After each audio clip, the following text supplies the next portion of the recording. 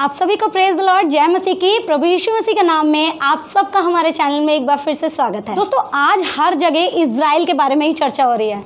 कोई उसकी ताकत के विषय में बात कर रहा है, तो कोई उनके टेक्नोलॉजी के बारे में, तो कोई उनकी निर्दयता के बारे में। आज हर कोई इजराइल के बारे में ही बात कर रहा है।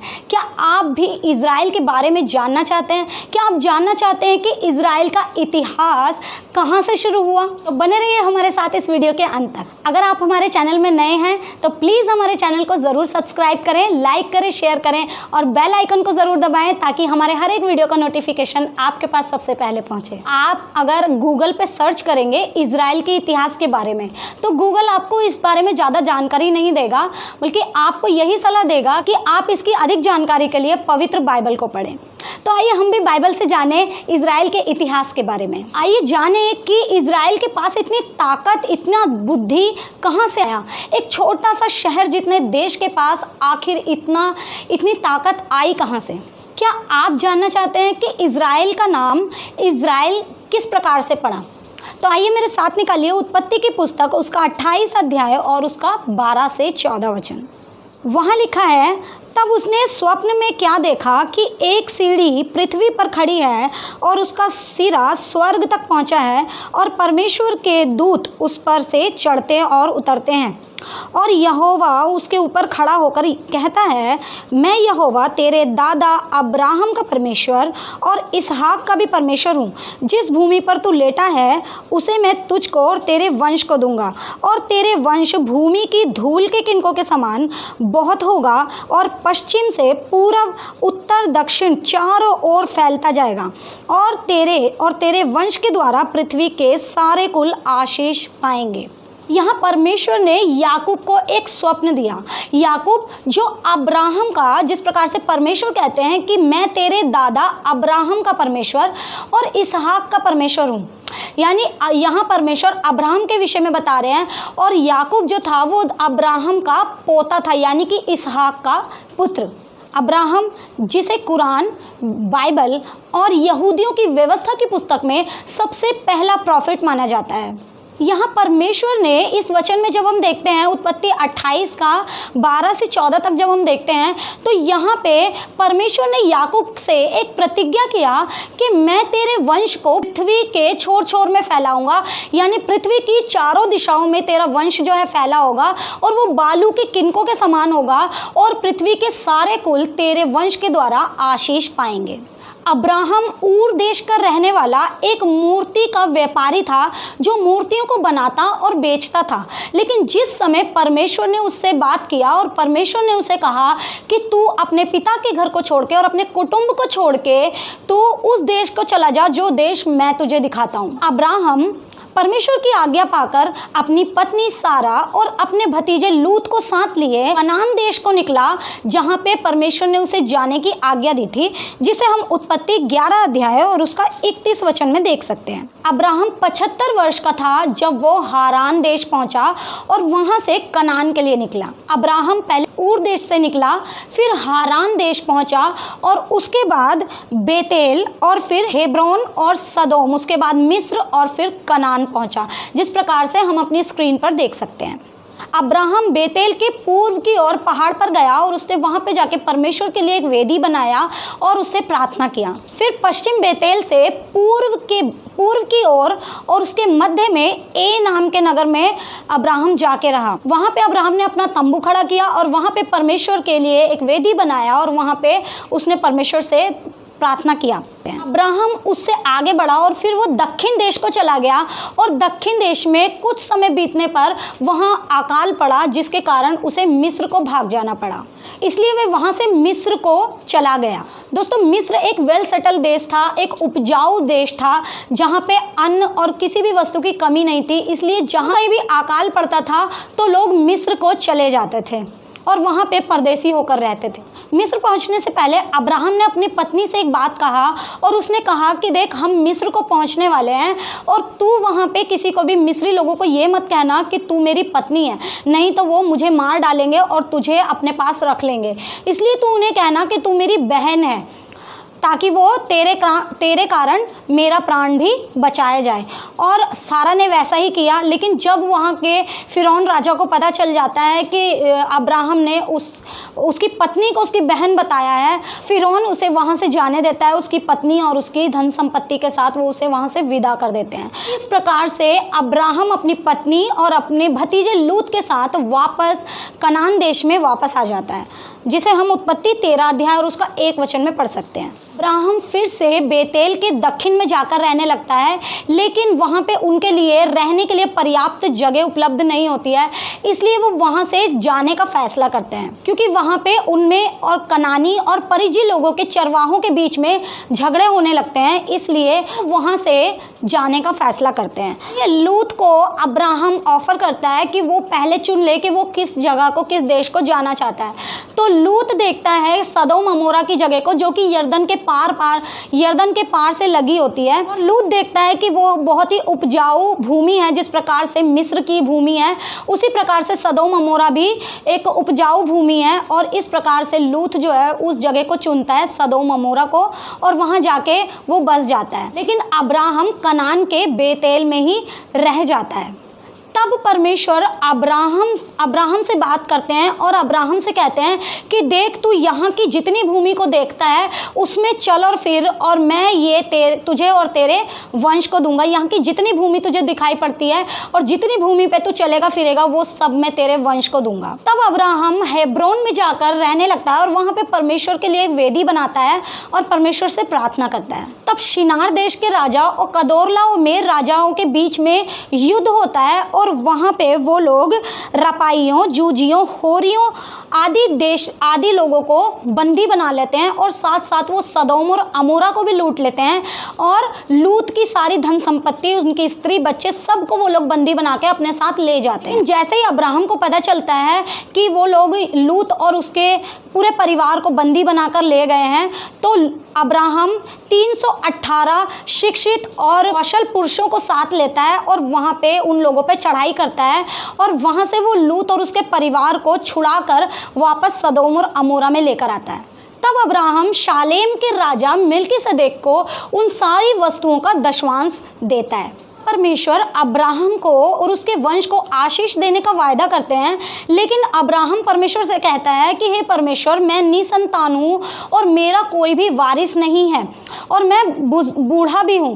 तब परमेश्वर उससे कहता है कि परमेश्वर तुझे वंश देगा और तेरा निज पुत्र ही तेरा वारिस कहलाएगा। तब अब्राहम परमेश्वर की इस बात पर विश्वास करता है और परमेश्वर उसके इसी विश्वास को उसके लेखे में धर्म गिनता है। तब परमेश्वर अब्राहम को बताते हैं कि तेरा वंश पराए देश में जाके परदेशी होकर रहेगा और 400 साल तक वो लोग तेरे वंश को दुख देंगे, जिस प्रकार से हम उत्पत्ति 15 और उसका 13 में देख सकते हैं। आइए हम देखें कि परमेश्वर ने कौन कौन से देश को अब्राहम और उसके वंश को दिया था। सबसे पहले मिस्र से परात नामक बड़े महानद तक, उसके बाद केनियों का, कनज्जियों का, कदोमियों का और हित्तियों और गर्गाशियों और यबूसियों के देश परमेश्वर ने अब्राहम और उसके वंश को दिया था।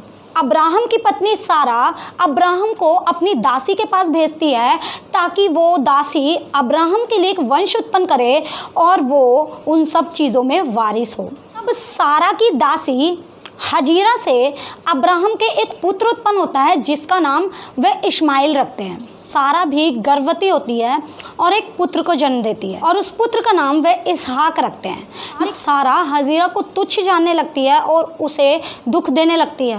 इस कारण से अब्राहम हजीरा को और इश्माइल को वहाँ से जाने की आज्ञा देते हैं। तब हजीरा, जो एक मिस्री जाति की स्त्री होती है, वो अपने बेटे इश्माइल को लेकर बरशेबा के जंगलों में भटकती रहती है और एक दिन जब वो अपने बच्चे को मूर्छित होता हुआ देखती है तो वो ज़ोर ज़ोर से रोने लगती है और चिल्लाने लगती है। तब परमेश्वर हजीरा की सुधि लेते हैं और परमेश्वर उससे एक वायदा करते हैं। परमेश्वर ने हजीरा की प्रार्थना को सुना और उसे आशीष दिया। आइए मेरे साथ निकालिए उत्पत्ति की पुस्तक, उसका 21 अध्याय और उसका 17 और 18 वचन।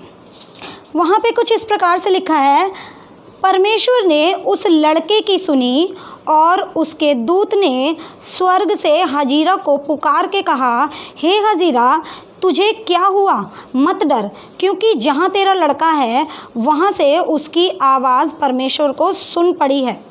उठ, अपने लड़के को उठा और अपने हाथ से संभाल, क्योंकि मैं उसके द्वारा एक बड़ी जाति बनाऊंगा। यहाँ पे परमेश्वर ने हजीरा को और उसके पुत्र को आशीष दिया कि किस प्रकार से परमेश्वर उसके द्वारा एक बड़ी जाति को बनाएंगे। हजीरा पारान के जंगलों में रहने लगी और वहीं पे उसने अपने बेटे इश्माइल को बड़ा किया और उसके बाद उसने इश्माइल की शादी एक मिस्री जाति की स्त्री से किया। पर इसहाक की शादी उसके कुटुंब की एक स्त्री से होती है जिसका नाम रिबेका होता है। इश्माइल के 12 पुत्र होते हैं और इसहाक के 2 पुत्र होते हैं, एसाव और याकूब। और इश्माइल के 12 पुत्र होते हैं, पहला बड़ा नबायोत, फिर केदार, अदबेल, मिबसाम, मिश्मा, दूमा, मस्सा, हदर, तेमा, यतूर, नापीश और केदमा। इसहाक अपने बड़े बेटे एसाव को ज़्यादा प्रेम रखता है और उसकी पत्नी रिबेका याकूब अपने छोटे बेटे से ज़्यादा प्रीति रखती है। जब इसहाक बूढ़ा हो जाता है और उसकी आंखें धुंधली होने लगती हैं, एक दिन याकूब एसाव बनकर पिता के पास आता है ताकि वो पिता का प्यार और उसका आशीर्वाद पा सके। और याकूब अपने पिता के मनपसंद भोजन को बनाकर लेकर आता है और अपने पिता को खिलाता है। जब उसका पिता वो भोजन खाता है, तब वो अपने पुत्र को आशीर्वाद देता है एसाव समझकर कि वो एसाव को ये सब आशीर्वाद दे रहा है। आइए हम पढ़े उत्पत्ति 27 अध्याय उसका 27 और 29 वचन। वहाँ लिखा है, उसने निकट जाकर उसको चूमा और उसने उसके वस्त्र का सुगंध पाकर उसको ये आशीर्वाद दिया, देख मेरे पुत्र की सुगंध जो ऐसे खेत की सी है जिस पर यहोवा ने आशीष दी हो। परमेश्वर तुझे आकाश से ओस और भूमि की उत्तम से उत्तम उपज और बहुत सा अनाज और नया दाखमधु दे। राज्य राज्य के लोग तेरे अधीन हो और देश देश के लोग तुझे दंडवत करे। तू अपने भाइयों का स्वामी हो और तेरी माता के पुत्र तुझे दंडवत करें।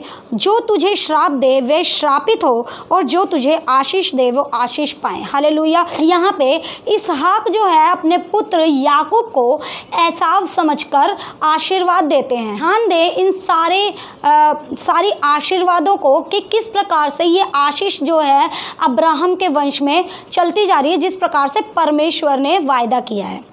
पर जब एसाव आता है और वो पछताता है कि उसने अपने पहलौठे होने का अधिकार अपने भाई को क्यों दिया, और वो पछता के अपने पिता से कहता है कि हे पिता, मुझे भी कुछ आशीर्वाद दे, क्या तेरे मन में मेरे लिए कोई भी आशीर्वाद नहीं है। तब वो अपने पिता को सारी बात बताता है कि याकूब ने उससे उसका पहलौठे होने का अधिकार मांगा और उसने उसे वो दे दिया और इस प्रकार से वो उसके हिस्से का सारा आशीर्वाद खुद लेकर चला गया। तब उसका पिता कहता है कि तेरा भाई याकूब बहुत ही चतुर है, जिसने आशीर्वाद को पाने के लिए इस प्रकार से किया है, लेकिन अब मैं तुझे क्या आशीष दूँ। तब एसाव जो है पछताता और कहता है कि हे पिता, कुछ तो मेरे लिए तेरे मन में होगा, कुछ तो तूने सोचा होगा, कुछ भी मेरे लिए तू कह दे।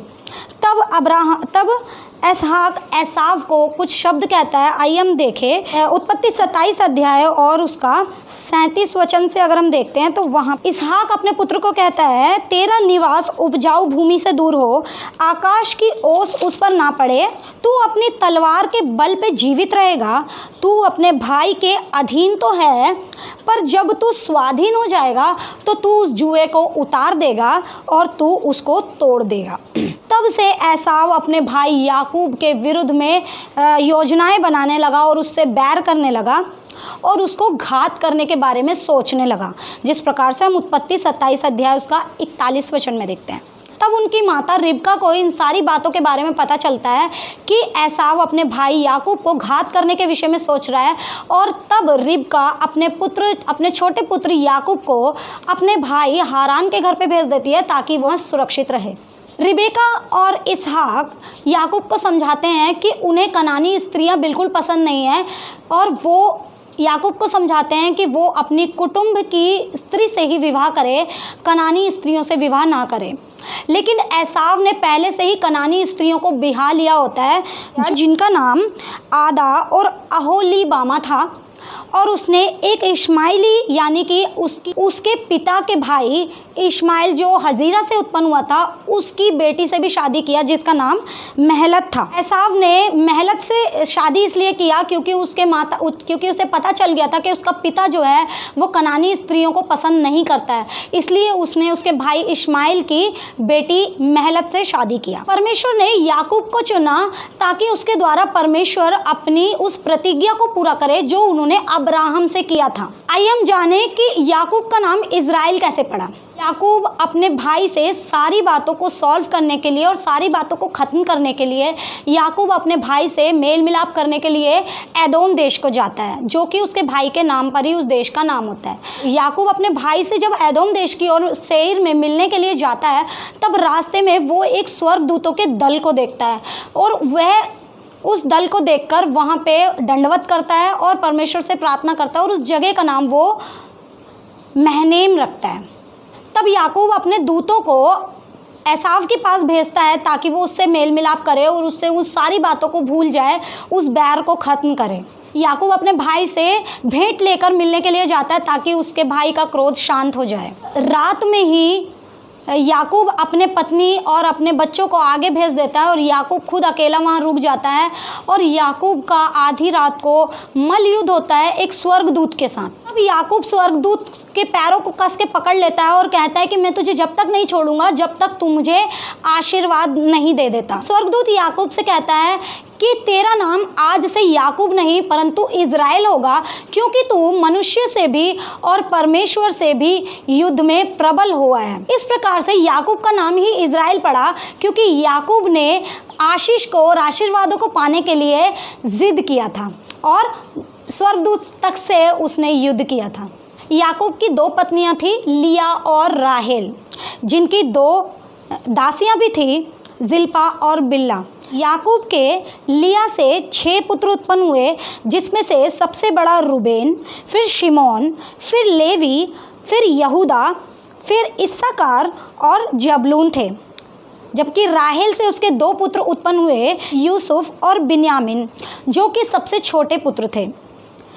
उसकी दासी जिल्पा से उसके गाद और आशेर नामक 2 पुत्र हुए और दासी बिल्ला से दान और नप्ताली नाम के 2 पुत्र उत्पन्न हुए। यूसुफ और बिन्यामीन छोटे पुत्र थे जो कि राहेल से उत्पन्न हुए थे। यहूदा चौथे नंबर का पुत्र था जो कि लिया से उत्पन्न हुआ था, जो कि आज इज़राइल में बसा हुआ है, जिसे हम यहूदी जाति कहते हैं। यूसुफ जो राहेल से याकूब और राहेल से उत्पन्न हुआ था, यूसुफ बचपन से ही स्वप्न देखता था और परमेश्वर का अनुग्रह उस पर था, लेकिन उसके भाई उससे ज़्यादा खुश नहीं रहते थे क्योंकि वो स्वप्न देखता था कि उसके भाई और उसकी माँ उसे दंडवत कर रहे हैं। इसलिए एक दिन यूसुफ के भाइयों ने उसे मिस्री लोगों को बेचने के लिए सोचा, जो कि इस्माइली जाति के थे जो मिस्र में रहते थे और वो व्यापारी थे जो वहाँ आना जाना करते थे, जिसे हम उत्पत्ति 37 अध्याय उसका 28 वचन में पढ़ सकते हैं। यूसुफ जब मिस्र को गया तो वहाँ पे राजा फिरौन के अंगरक्षक और प्रधान जिसका नाम पोतीपर था, उसने इश्माइलियों के हाथ से यूसुफ को खरीद लिया। पोतीपर ने देखा कि परमेश्वर यूसुफ के साथ है और यूसुफ एक बहुत ही भाग्यवान, बुद्धिमान और ईमानदार पुरुष है। पोतीपर उसकी मेहनत और उसकी ईमानदारी से और उसके काम से बहुत खुश हुआ और उसने उसे अपने घर पर रखा और अपने सब चीज़ों पर यूसुफ को अधिकार दे दिया। इस कारण यहोवा परमेश्वर ने पोतीपर के घर और उसके काम पर यूसुफ के द्वारा बहुत ही आशीष दिया। तब एक दिन पोतीपर की पत्नी यूसुफ के साथ कुछ गलत व्यवहार करने की कोशिश करने लगी और उससे गलत इरादे से उसके साथ संबंध बनाना चाहती थी, लेकिन यूसुफ वहाँ से भाग निकला। तब पोतीपर की पत्नी ने देखा कि यूसुफ ने उसकी बात नहीं मानी, तो उसने झूठ बोलकर यूसुफ को फंसा दिया और उसको बंदी गृह में डलवा दिया।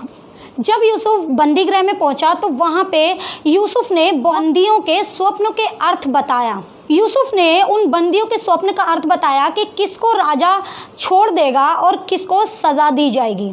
तब जैसा यूसुफ ने बताया था बिल्कुल वैसा ही हुआ। और एक दिन फिरौन राजा ने एक स्वप्न देखा और उसने मिस्र के हर एक ज्योतिषियों और पंडितों को बुलवाया ताकि वो उसके स्वप्न का अर्थ बताए, लेकिन किसी भी पंडित और ज्योतिषियों ने फिरौन राजा के स्वप्न का अर्थ नहीं बता पाए। तब बंदी गृह में जिसके लिए यूसुफ ने जिसके स्वप्न का अर्थ बताया था वह अपने सज़ा से छूट गया था और उसने फिरौन राजा को बताया कि किस प्रकार से यूसुफ ने उसके स्वप्न का अर्थ बताया और जैसा उसने बताया वैसा ही हो गया। तब यूसुफ को फिरौन का स्वप्न बताया गया और यूसुफ ने उस स्वप्न का अर्थ बताया कि किस प्रकार से 7 वर्षों तक इस देश पर अकाल पड़ेगा और 7 वर्ष तक उपज होगी।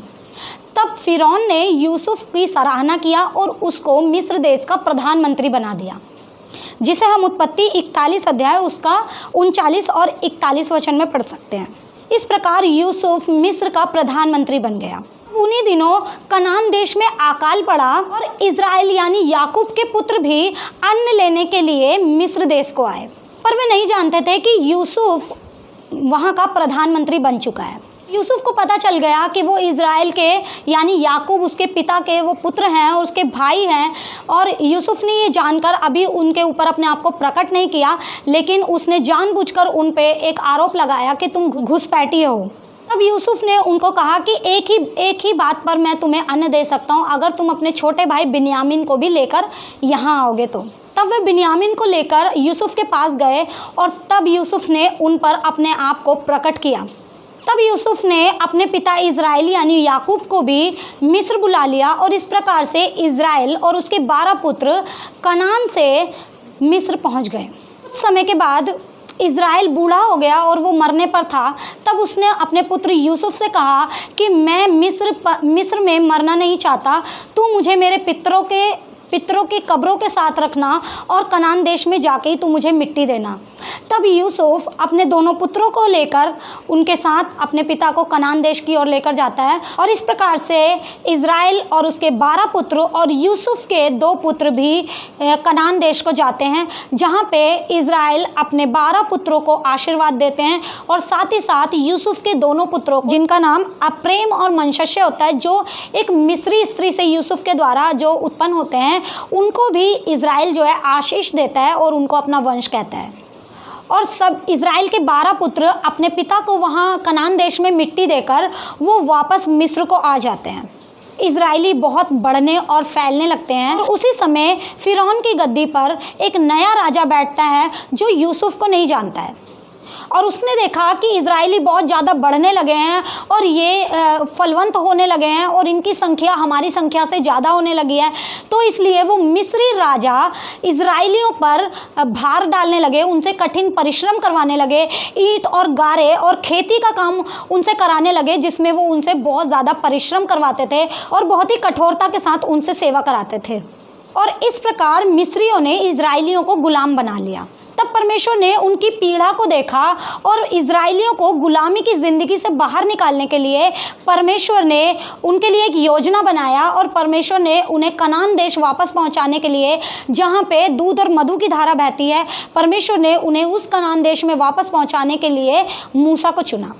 मूसा ही वह भविष्यवक्ता है जिसने उत्पत्ति से लेकर व्यवस्था तक की सारी बातें लिखी हैं, जिसे आज मुस्लिम, यहूदी और क्रिश्चियन लोग भी फॉलो करते हैं, जिसे तोरा कहा जाता है। मूसा ने ही इज़राइलियों की मिस्र से लेकर कनान तक की उनकी अगुवाई किया। अगर आप इस बारे में जानना चाहते हैं तो यूट्यूब पे आपको इस बारे में बहुत सारी मूवीज़ और बहुत सारी वीडियोस मिल जाएगी। अगर आप इसे जानना चाहते हैं कि किस प्रकार से मूसा ने इज़राइलियों को मिस्र से कनान तक पहुंचाया, तो आप वीडियोस को देख सकते हैं। मूसा और इज़राइली जब मिस्र से निकले, मिस्र से लेके कनान तक पहुंचने के बीच में उन्हें बहुत बार जंगलों से होकर गुजरना पड़ा और बहुत से देशों से युद्ध करते करते वो कनान पहुँचे।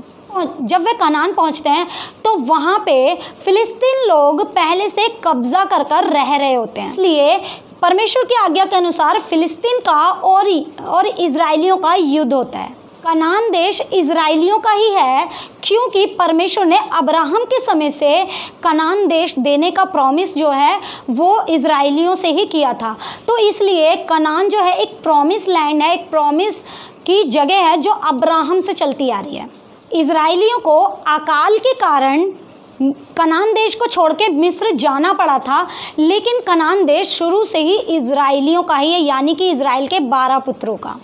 परमेश्वर द्वारा इजरायलियों को आज्ञा दिया जाता है कि वे फिलिस्तीनियों को पूरी तरीके से नष्ट करें, लेकिन इजरायली उन पर दया करते हैं और कुछ लोगों को बचा लेते हैं। वही फिलिस्तीन लोग आगे चल के संख्या में बड़े हो जाते हैं, ज़्यादा हो जाते हैं, और वही लोग इजरायलियों पर आगे चल के अत्याचार करते हैं। से गोलियत भी निकलता है, जिस प्रकार से हम बाइबल में देखते हैं कि दाऊद जो है गोलियत को वहाँ पे परास्त करता है। गोलियत जो है वो फिलिस्तीन से ही आता है।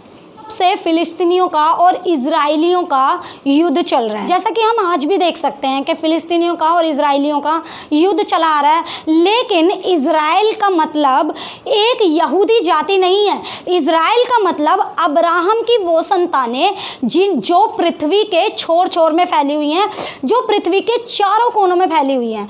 तो इसलिए अब्राहम की संतान से ही परमेश्वर ने कनान देश देने का वायदा किया था। तो इस प्रकार से इजराइल का नाम, यानी कि याकूब का, जो अब्राहम का पोता था, याकूब का नाम इजराइल पड़ा।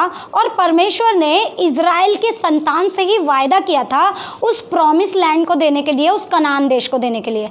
आज हम देखते हैं कि इजराइल के अंदर यहूदी जाति के लोग रहते हैं। उसने उस जगह का नाम अपने पिता याकूब यानी इजराइल के नाम पे उस देश का नाम रखा है। तो आई होप कि आपको इस वीडियो से बहुत कुछ जानने को मिला होगा। तो परमेश्वर का वचन आपको मदद करे सारी बातों को समझने के लिए और सारी उलझनों को सुलझाने के लिए।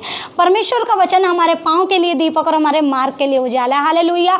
तो परमेश्वर हमें सही राह देते हैं, सही डायरेक्शन देते हैं और सही समझ देते हैं, अपने वचन के द्वारा हमारी अगुवाई करते हैं। आगे वीडियोस में हम जानेंगे कि किस प्रकार से वो यरूशलेम का जो मंदिर है आखिर वो किसका है। आप सबको जय मसीह की, प्रेज द लॉर्ड। प्रभु यीशु मसीह के नाम में आप सबको परमेश्वर बहुत आयत की आशीष दे। God bless you.